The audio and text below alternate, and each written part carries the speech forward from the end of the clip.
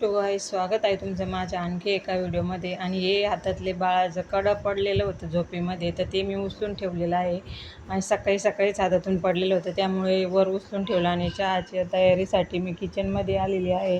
आता किचनमध्ये आल्यानंतर चहा वगैरे झाल्यानंतर मी फुलं तोडून आणले, देवघरात ठेवले. कारण आज गुरुवार होता ना, पिवळे फुलं फार छान आलेली होती.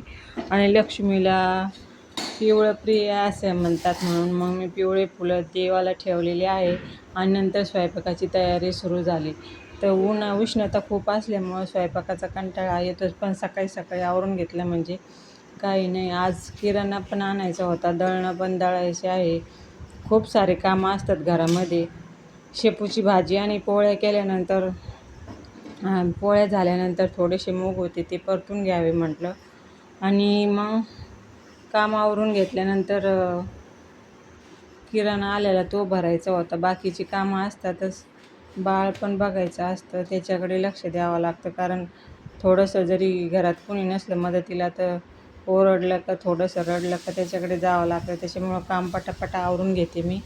आणि मग दिवसभर त्याच्याकडेच लक्ष देत असते. त्यामुळे स्वयंपाक पटकन करून घेते, म्हणजे काही आपल्याकडून कमी जास्त नको व्हायला. कारण बाळ खूप छोटं आहे, त्याला बघण्यातच दिवस जातो. शी केली सू केली. आणि मेन पॉईंट म्हणजे उन्हाळा असल्यामुळं खूप त्रास होतो त्याला, म्हणून सारखं फॅनखाली घेऊन बसावं लागतं, काही फिरावं लागतं.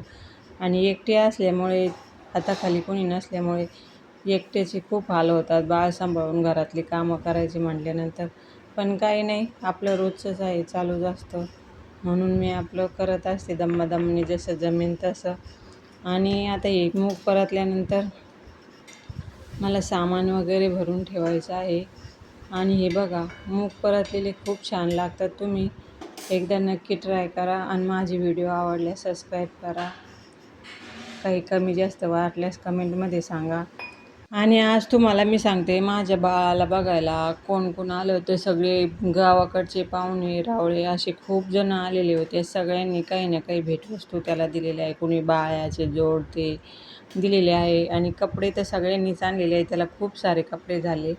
आणि पैसे पण खूप झाले. असे आपल्याला पण साड्या वगैरे घ्यावं लागतात, पण पैसे त्याचे जास्त झाले. आणि साड्या वगैरेला एक खटी घेतल्यानंतर कमी पैसे लागतात. पण मग आपण आपल्याला ज्यांनी जसं केलं तसं करायला पाहिजे. कारण खूप दिवसानंतर शो झाल्यामुळं त्याला खूप जण बघायला येत आहे ना. आणि अजूनसुद्धा काही पाहुणे रावळे आहेत जे बघायला येणार आहेत. तर असा होता माझा आजचा व्हिडिओ. आणि मी